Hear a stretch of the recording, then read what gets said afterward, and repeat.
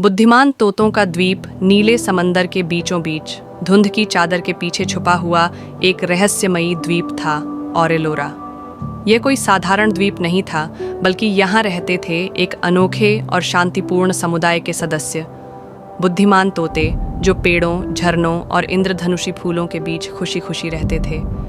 ये तोते आम तोतों जैसे नहीं थे। ये पढ़ सकते थे, लिख सकते थे, पहेलियाँ सुलझा सकते थे और भविष्यवाणी भी कर सकते थे, वो भी पहेलियों में। इनके पंख रत्नों की तरह चमकते थे और आंखों में पीढ़ियों से जमा ज्ञान की चमक थी।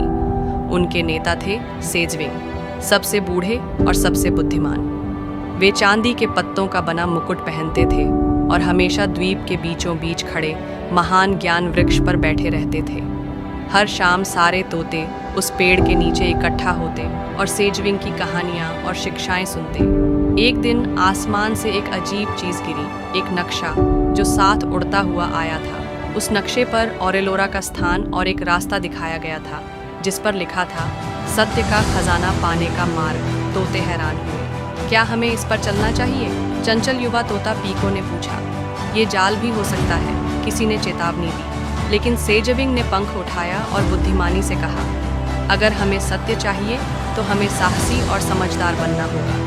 तब चार सबसे बहादुर तोते, पीको, लूना, टीको और कोको, एक यात्रा पर निकले। उन्हें पत्थरों में खुद ही पहेलियाँ सुलझानी पड़ी, चालाक बंदरों को मात देनी पड़ी और कोहरे की नदियों को पार करना पड़ा। हर चुनौती ने उनकी दया, साहस और समझ की परीक्षा की। आखिरकार वे एक छिपी हुई गुफा तक पहुंचे, जिसकी दीवारें चमक रही थीं। अंदर उन्हें कोई सोना या हीरा नहीं मिला, बल्कि एक क्रिस्टल जैसी झील मिली, जिसमें झांकने पर उन्हें अपना दिल दिखाई दिया, उनकी आशाएं, डर और अपने द्वीप व साथियों के लिए प्रेम। असल खजाना कोई वस्तु नहीं था, बल्कि एक सच्चाई थी। खुशी बांटने से बढ़ती है और बुद्धि दूसरों की मदद करने से। जब वे वापस लौटे तो वे धन से नहीं, बल्कि नई खुशी से भरे हुए थे। उस रात तोते तारों के नीचे नाचे, उनके पंख जगमगाए और दिलों में प्यार उमड़ आया।